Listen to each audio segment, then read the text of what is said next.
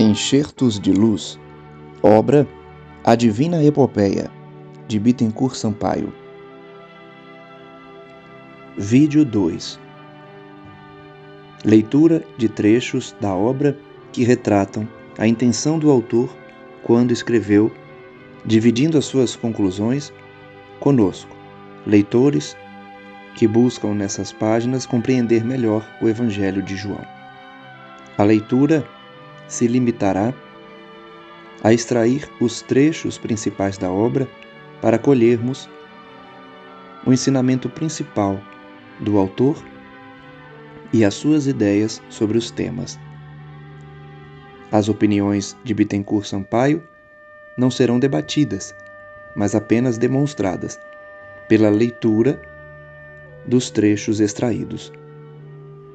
Não farei, por isso, qualquer comentário pessoal sobre as suas opiniões em relação ao corpo fluídico de Cristo, virgindade e gravidez de Maria Santíssima e outros temas relacionados à passagem de Cristo na Terra. Notas ao canto 1. O Verbo, pois, era Deus neste sentido, porque tinha a sua origem no princípio gerador. Mas, se o Verbo nesse sentido era Deus, não se segue que Jesus existia pessoalmente desde toda a eternidade, apto a manifestar-se ao mundo. O Espírito, como centelha divina, fazia parte da divindade, quando já existia o Criador. Para que se tornasse pessoal e distinto, como todo ser criado, foi preciso que Deus desprendesse de si essa centelha, que mais tarde se tornou um ente tão perfeito e tão elevado como nenhum outro espírito que jamais houvera descido à terra.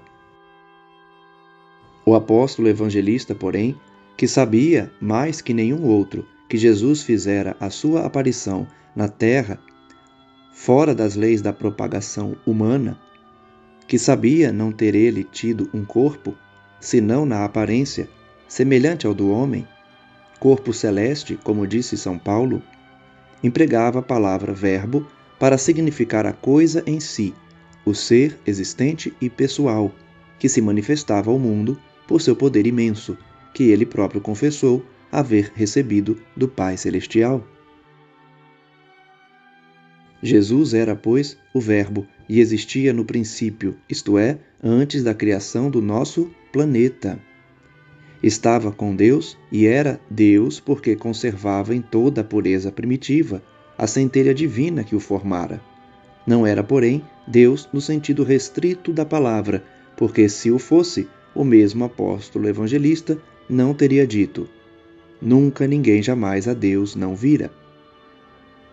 Ora, se Jesus fosse o próprio Deus feito homem, como querem os ortodoxos da fé, uma parte dividida, ainda que indivisível, de Deus igual a este, o evangelista não teria afirmado que ninguém vira jamais a Deus, e Jesus seria tão grande como o Criador do universo. Mas o mesmo Jesus disse: meu Pai é maior do que eu. Logo, o Verbo, denominação dada a Jesus, não era Deus, senão no sentido do Salmo 81, versículos 1 e 6, por ele próprio citado quando os judeus o quiseram apedrejar. Diz, porém, o evangelista, falando de Jesus sob a denominação de Verbo: ele estava com Deus desde o princípio. Convém entender o espírito desta expressão, desde o princípio, para que não se suponha que ela se refere à eternidade. A expressão do evangelista é relativa à criação e à aparição do globo terráqueo, porque seria absurdo que a eternidade tivesse princípio, como é absurdo que Deus tivesse sua origem num tempo determinado.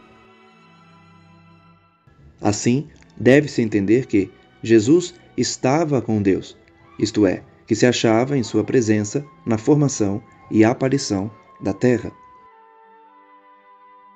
Não se entenda, portanto, que o evangelista, nesta expressão, desde o princípio, se referia ao começo da criação do universo. João, embora espírito elevado, havendo encarnado para ajudar com seus 11 companheiros a Jesus em sua missão na terra, tinha, e só esses podia ter, os conhecimentos da sua época.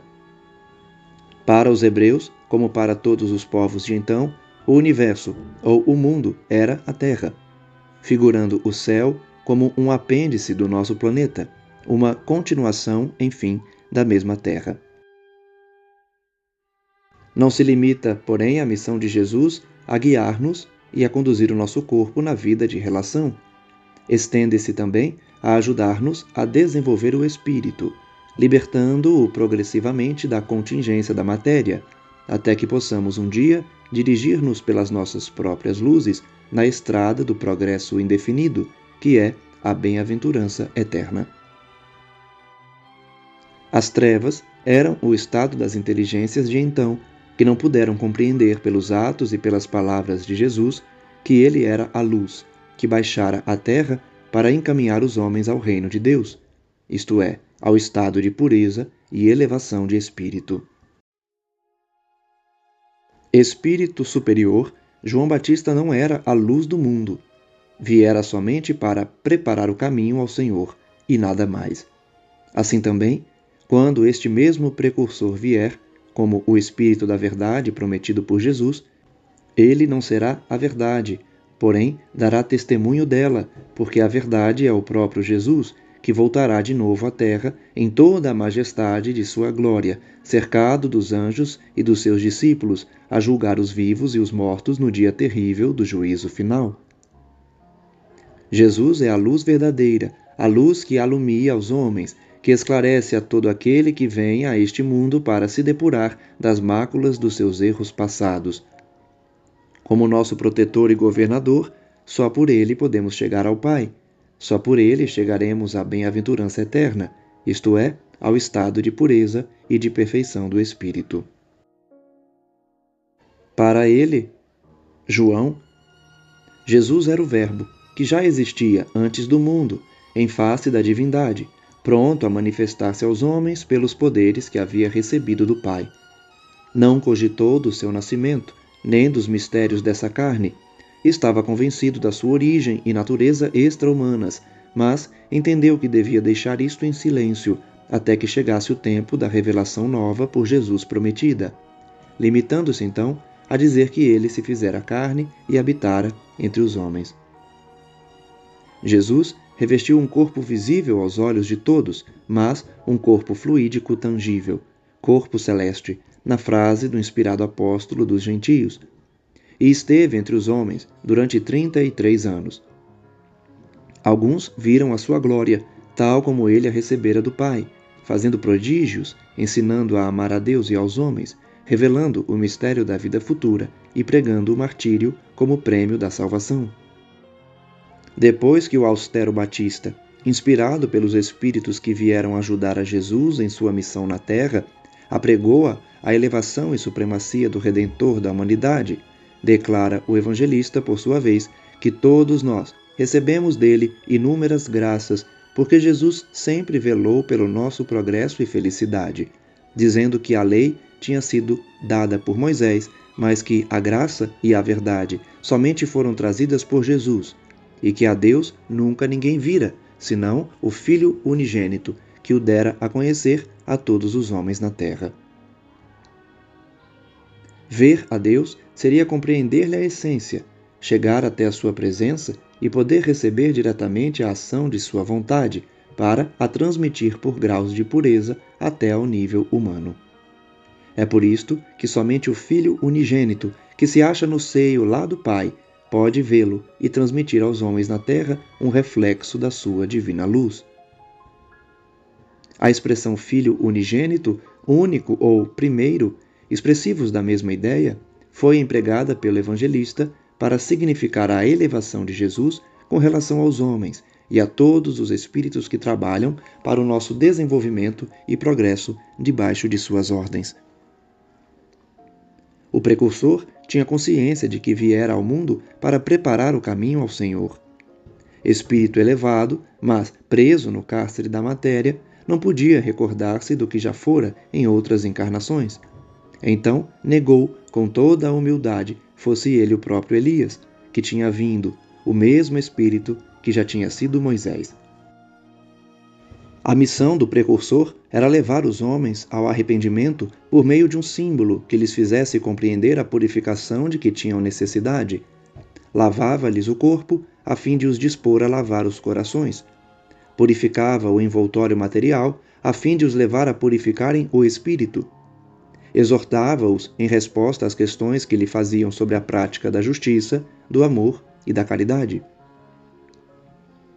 A comparação que faz de Jesus a um cordeiro é devida aos usos hebraicos. Sabe-se que o cordeiro sem mancha era sacrificado em holocausto de purificação. Assim, João Batista anunciava, numa linguagem apropriada às inteligências do seu tempo, que Jesus se sacrificaria solenemente em resgate da humanidade.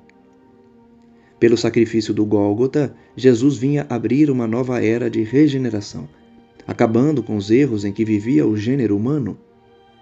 Vinha tirar os pecados deste mundo, dando o maior exemplo que se podia dar de humildade, paciência e resignação, deixando-se martirizar voluntariamente por aqueles a quem viera salvar e pedindo ao mesmo tempo ao Pai perdão para seus algozes.